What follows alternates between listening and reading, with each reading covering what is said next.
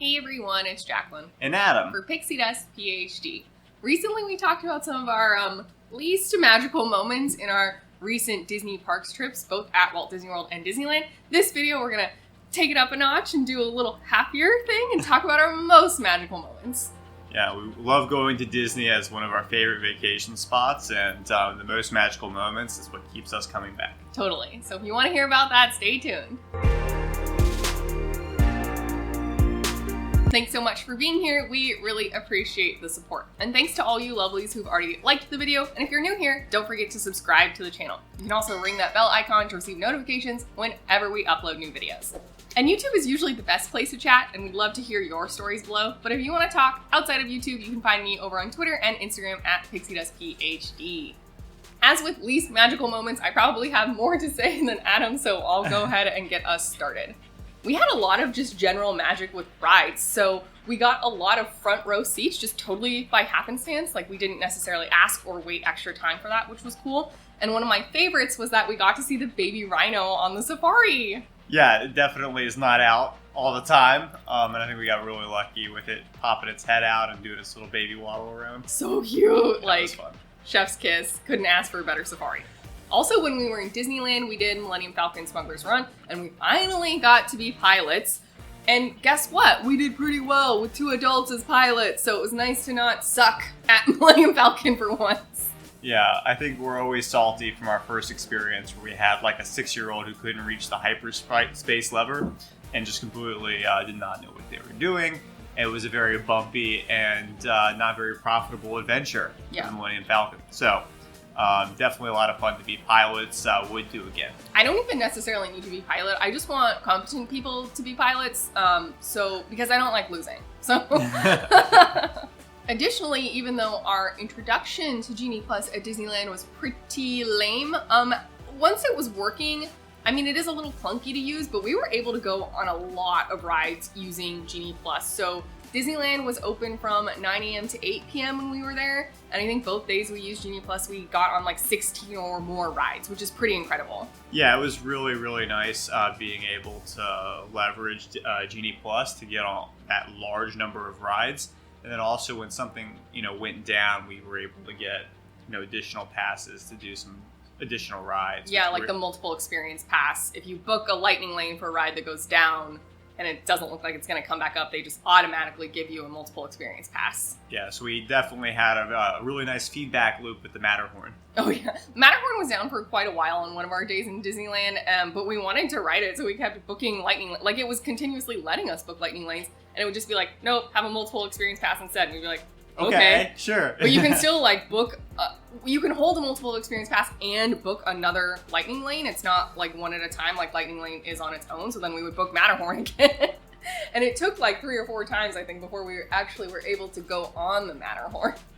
Which we did do eventually. But it was really fun to just be able to basically ride whatever we wanted for, a couple hours. Yeah, another really awesome thing is just in general, wait times were low, both at Disney World and Disneyland. I'm not as familiar with Disneyland, so I can't comment on that too much, but when we were in Disney World in September, wait times were like miraculous. Like it was almost unimaginable. So one of my favorite examples is that when we were in the Animal Kingdom, we went and put our name on the wait list to go to Nomad Lounge, and they said it would be about 60 minutes. We were like, okay, cool, like that's fine.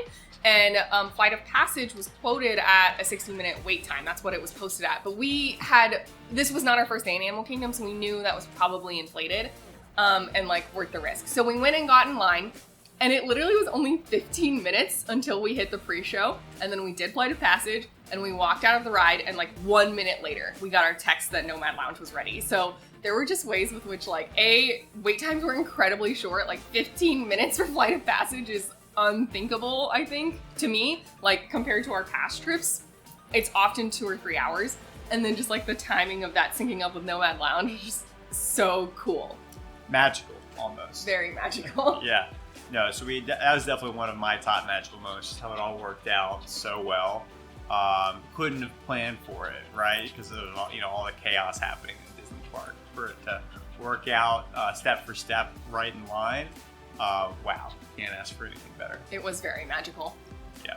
So I've got one ride specific magical moment as well. I think the first time that we went on Rise of the Resistance, it was definitely very cool to come out into like the Star Destroyer launch bay area. Not Star Destroyer, but I mean, you pop out into Galaxy's Edge. I don't know what you're talking about. well, no, like when you load up onto the transport. Oh, like when you're in the ride. When you're in the ride, Oh, sorry, okay. after like the first, pre-show, right? And then you pop out, and there's all the stormtroopers, and you In the have Stormtrooper room. in the stormtrooper All right. room with the whole space projection screen behind you, and it's just very cool to pop out into that, and that was really cool, very magical the first time I saw it. Worthy of stopping and taking a few pictures while they try and rush you along and role play the whole Imperial Trooper Star Wars experience. But I also really liked how on our first experience there was someone in our ride car who was literally in tears Oh, yeah. by the end of the ride. This is like a proper adult, by the way. Proper adult, yes. I'm not judging. I actually think it's really genuine and sweet that It was. she was so overwhelmed and like by the experience that she was straight up crying. Yeah, so I mean, to be in that kind of wholesome moment and be so caught up in the experience of the ride, and also having enjoyed the ride myself, being like that was one of our first times doing it. That was just a magical experience, just how it was able to take us away. Yeah, I'm not really into Star Wars. I do think that the Stormtrooper room is like pretty breathtaking. That was cool. But yeah, like sitting next to this woman who was just having like clearly the best day of her life was very awesome. And I had a similar thing. We did single rider on Expedition Everest, so we were split up, and I was with a family of 3, so it was the dad, I think, and a sibling in front, and then me and a littler sibling in back. And when we got to the spoilers, when we got to the part of Expedition Everest where the track is like broken, the kid sitting next to me looked at me and was like, "What is happening?" And I was like, "Just wait." And she had, again, the time of her life. So I think, even if it's not our first time, it's still really magical to be there for other people's first times, and also reasons why you shouldn't spoil a ride for anybody in the line. Subtweet. Subtweet. And for me, I think another ride-specific magical moment is the Rat Ride in Epcot, Ratatouille's Adventure, where again, I hope this is not a spoiler, but they're trackless ride vehicles, and in the way that they park themselves is absolute magic. So the ride is really cute and I like it. It's fun, no hate. But my favorite part of the ride is the end when the little rat vehicles parallel park themselves. I can't get over, like, it's such a perfect concert, and I just am like, yes, like automated vehicles of the future, but rats. Yeah, so that definitely stood out to me. I probably remember it so much because you enjoyed it so much. I really like it. But just the way that it's designed and executed is pretty nice. No, it's a great ride. And when we were there in September, they were doing like cast member previews and annual pass holder previews and whatever, all these previews that we weren't eligible for. But one of our friends was eligible and managed to get a time slot and invited us to go on with. So that was, that was super magical of that person to do for us, because otherwise we wouldn't have ridden it that trip. I really love characters. I don't think that's a secret on this channel. And when we were out in Disneyland, I was just so amazed at how many characters were just constantly around. It felt like every time you turn a corner, just about someone was out. And it was still distance, like you couldn't hug anyone, but you could take, distance selfies and wave and like yell to talk to them or whatever. But it was just so unlike my experience at Walt Disney World in terms of the characters. And it was just, I just found it amazing to just like turn a corner and there's like Mickey and Minnie dressed up super cute, and a half hour later it'll be Oswald, and then like Anna and Elsa will come out, and then here's Moana, and somehow she's with like Peter Pan and friends, and Tigger and Eeyore being super cute. And it was like endless in the best possible way. And just speaking of Disneyland and magical moments, I think one of my favorite magical moments is probably at the end of one of our late nights. We were walking back to our slightly off-site hotel, and we basically felt like we were closing down the park. We were walking in the promenade between the two parks. Literally the only people was Jacqueline and her best friend and myself, and it was really cool to kind of just walk through that area all alone with the music, and the peace and serenity that you really never see in a Disney park. Yeah, that was pretty awesome. And I think a huge highlight for both of us was being able to see Happily Ever After from a window table at California Grill. And also, like, the build up to this was, okay, bye, was amazing. So on advanced dining reservation day, there was nothing available. I had signed up for a bunch of services to let me know, when it would become available. And I managed to snag like a 9:25 p.m. And then I managed to adjust that to, I think, like a 5:30 p.m. Which, so like 9:25 is too late for fireworks, 5:30 is too early for fireworks. I had gotten it to like 6:50 p.m., I want to say, before we left on the trip.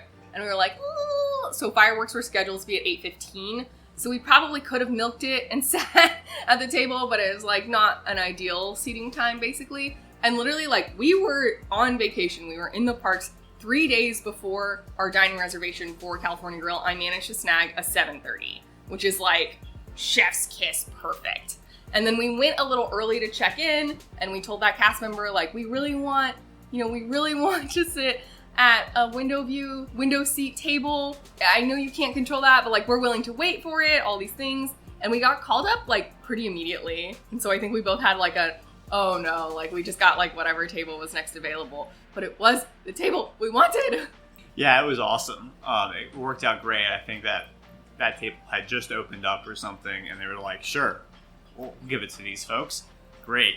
And it was definitely worth the time and attention that went into trying to get that seat, because they, spoiler alert, turned down all the lights, turned up the music, and really let the show happen. It's really so beautiful. And also knowing that was like the last time, that trip would be the last time we'd see Happily Ever After, being able to do it from California Grill was very special. And we did it a bunch of ways also, which was awesome. So we saw it we were on Astro Orbiter while it was going off. That was cool. Then we did California Grill. We did it in the park in front of the castle properly one day. And then we also had our theme park view room at Bay Lake Tower. When we did it in front of the castle, it was also a space shuttle launch that was taking place. So everyone was like, wait, the fireworks are starting early? No, it was actually a rocket show. It was pretty cool. Like, all in all, I mean, Happily Ever After is my favorite nighttime spectacular, and I'm so glad that we were able to view it many times, many different ways, and each time was very magical in its own right. Those were our most magical moments from our recent trips to Disney parks. There, of course, are upcoming trips to Disney parks, so stay tuned to the channel if you want to hear more of our reflections. And let us know down in the comments below what some of your most magical Disney parks memories are. We love to hear, we love to share. I think that's some of the best part of this community, is sharing the joy of the Disney parks. We hope the rest of your day is magical, and we'll see you real soon at Pixie Dust PhD. Bye!